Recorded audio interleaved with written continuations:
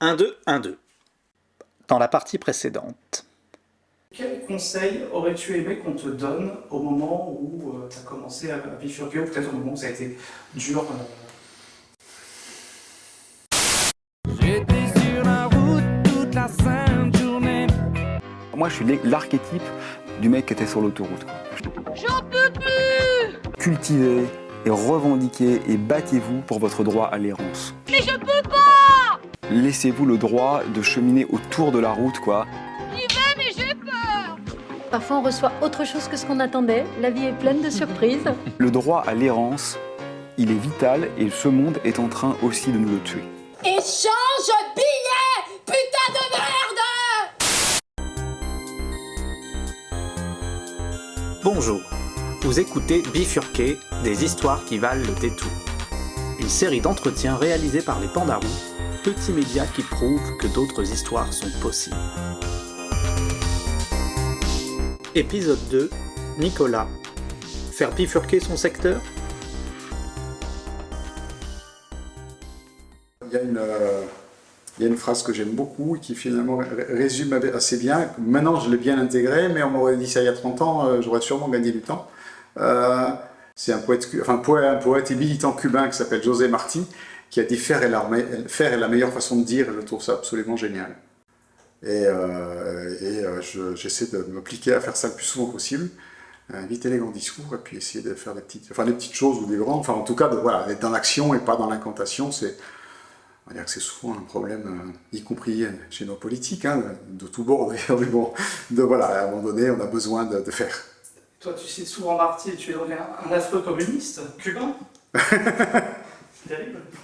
Oui, j'arrive aussi à citer, j'aime beaucoup dans les écrivains, j'aime aussi beaucoup Céline ou Robert Brasillach ou Knut Hamsun, qui étaient des salopards de collabos.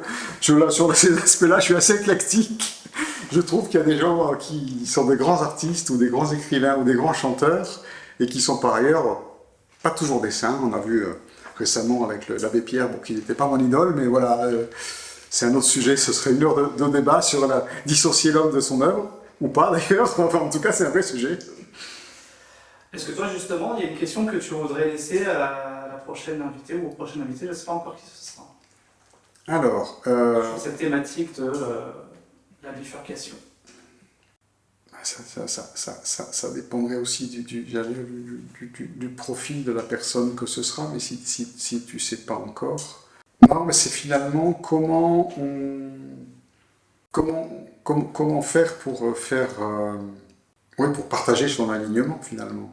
C'est-à-dire comment on fait en sorte que c'est d'ailleurs valable aussi bien dans la vie privée que dans la vie professionnelle, parce que c'est la même chose. Comment on fait pour, à un moment donné, faire en sorte que les convictions qu'on a, on puisse les faire partager, sans pour autant devenir un chiant et prosélyte, parce qu'il n'y a rien de plus pénible que les gens qui veulent toujours asséner leur vérité et leurs convictions à la face du monde en permanence. Mais voilà, comment on fait ça ? Je ne te retourne pas la question, parce que si j'ai bien compris, toi, ta méthode, c'est de faire sans brusquer, mais de tenir le cap. C'est ça. Question légère, réponse courte. Quelles sont tes aspirations pour la société ? Légère. Réponse courte. Très très légère. Après, il en reste une, et puis les trois qui sont des faciles. Ouais. Alors...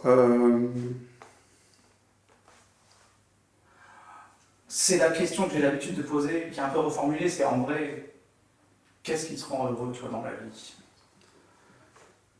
Moi, il y a un truc que j'adore, ça m'arrive heureusement assez souvent, c'est juste quand les gens, ils font bien ce qu'ils font et on sent qu'ils le font avec plaisir. Tu vas acheter du pain, le boulanger ou la boulangère, il est juste sympa, bonjour, un grand sourire, tenez, et moi, ça me fait ma journée. Voilà, mais quel que soit le truc, ça peut être à n'importe quel... il y a encore des gens qui sont dans les cabines de péage, non plus beaucoup, sur l'île de Ré ou dans les autoroutes, ou quelqu'un qui est en train de balayer le matin quand je fais mon vélo pour aller au bureau, et tu dis bonjour, et quelqu'un te rend ton bonjour avec un grand sourire. Moi, j'adore ça en fait. C'est vraiment un truc qui me fait un grand plaisir. Super boulangerie qui s'appelle À Demain, qui a ouvert à la Thalys. D'accord. Avec des producteurs locaux qui fait... D'accord. Tu peux travailler avec. Ouais. J'ai oublié de te poser la question que m'a posée Coralie. Tu connais Coralie de Arbres Citoyens? Non. Non. Quand je lui ai demandé de participer à cette série de portraits, elle m'a dit oui. Bon. Elle m'a dit c'est quand même c'est un truc de riche dans l'histoire de l'alignement. Je te pose la question. Bah oui, je suis un peu d'accord avec elle. Enfin, bon, c'est un terme qui est beaucoup utilisé, beaucoup galvaudé aussi, c'est un truc de bobo. Effectivement, je ne sais pas s'il y a quelqu'un qui se tape 40 bornes tous les matins dans sa bagnole parce qu'il habite à Maran, je ne sais où, qui vient bosser, se pose cette question-là. Mais en même temps, je pense qu'il se la pose aussi, mais peut-être pas avec les mêmes mots, mais c'est quand même... C'est la quête d'une vie, de se dire est-ce que j'arrive à être... est-ce que je fais est en accord avec ce que je suis? Et je pense que sans prononcer ce mot-là, tout le monde est plus ou moins quand même un peu focus sur cet objectif. Alors, certains ont la chance de le conscientiser, d'y arriver, et puis pour d'autres, bah non, ça voilà. Et si je te pose la question dans 5 ans sur ton alignement supposé, tu penses que ce sera quoi ta réponse? Ouais, je pense que je progresse, donc je pense que ce sera oui. Et ce sera plus qu'aujourd'hui. C'est un cheminement, la bifurcation. C'est le temps des 3 questions, donc tu pioches, c'est très mal écrit, donc tu peux me dire si tu as besoin d'aide. Alors, ton plat préféré? Ben aussi, ça a changé forcément, hein, parce qu'avant c'était steak tartare. Le dalle, j'adore le dalle. D'ailleurs, je vais en faire un ce soir. Tu le fais comment, toi? Lentilles roses, lait de coco évidemment, chou-fleur, poivron, des oignons, évidemment beaucoup d'épices, curcuma, gingembre, et puis ce qui traîne comme légumes à la maison. Donc ce soir, je vais mettre des patates. Normalement, c'est des carottes, je vais mettre des patates douces parce que j'ai des patates douces. Enfin voilà, et je trouve que c'est vraiment super bon. Le dalle anti-gaspi. Voilà. Ah, donc voilà. 2 autres. Allez. Ton chef-d'œuvre préféré?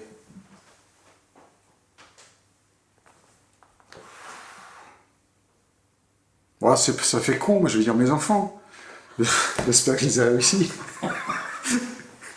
Toutes les réponses sont acceptées. Et la dernière? Allez. Alors, un film, une série à voir absolument. Bon, mon film préféré, mais bon, c'est pas un film récent. Hein. Will Hunting, Gus Van Sant. Oh, c'est vieux maintenant, mais voilà, ça reste pour moi The Film. Avec Matt Damon. C'est ça. Et comment s'appelle-t-il? Robin Williams. Et c'est ça. Robin Williams. Voilà. Et le copain de Matt Damon. Ben Affleck, c'est ça. Est-ce qu'il y a un message que tu voudrais faire passer ou quelque chose que tu n'as pas dit sur cette thématique qui paraîtrait important? Ou est-ce qu'il y a une question que tu aurais aimé que je te pose? Non, enfin, en fait, c'est vrai qu'on a quand même la chance ici, à La Rochelle, sur ces sujets-là, d'être, j'allais dire, plus légitime qu'ailleurs pour parler de ces sujets-là, parce qu'il y a une tradition de cette ville depuis une quarantaine d'années maintenant qui était quand même pionnière sur l'écologie urbaine. On avait du retard, on avait de l'avance, on a peut-être repris du retard depuis, on n'est peut-être plus si en avance que ça, mais en tout cas, on a ce territoire qui nous porte aussi à pousser ces messages-là, puis peut-être pas que depuis 40 ans, il y avait aussi à l'époque du protestantisme cette tradition un peu de libre pensée, de se dire que voilà, on peut s'exprimer, on a le droit de dire ce qu'on pense et d'aller au bout de ses idées. Donc ça, c'est aussi une vraie chance. C'est que, y compris, il y a des choses que je dis là, que je n'aurais peut-être pas dit de la même manière dans le Pays Basque. Parce que, voilà, parce que le territoire n'est pas le même, parce que l'histoire n'est pas la même, parce que le côté identitaire n'est pas le même, etc. Donc voilà, on a cette chance d'avoir quand même cette ouverture sur ce territoire, où globalement, on peut, d'ailleurs on le voit bien, y compris sur le plan politique, c'est pas le pays des bisounours, mais on n'est pas dans un endroit où ça clive. Voilà, on va pas avoir, on n'est pas aujourd'hui dans un territoire où on se dit mais qu'est-ce qu'il y a, nos prochains élus seront des extrémistes d'un bord ou de l'autre d'ailleurs, mais voilà, on a comme ce territoire qui est quand même apaisé. Alors, quelquefois c'est un piège, parce que finalement, quand on a faim, quelquefois, qu'on va chercher des idées, ou en tout cas qu'on essaie et ce confort peut aussi être un peu piégeux, mais c'est malgré tout une chance de vivre sur un territoire comme celui-ci. Tu as toujours des idées? Pourvu. Ah oui, ça n'arrête jamais, ça. Bon, et les équipes?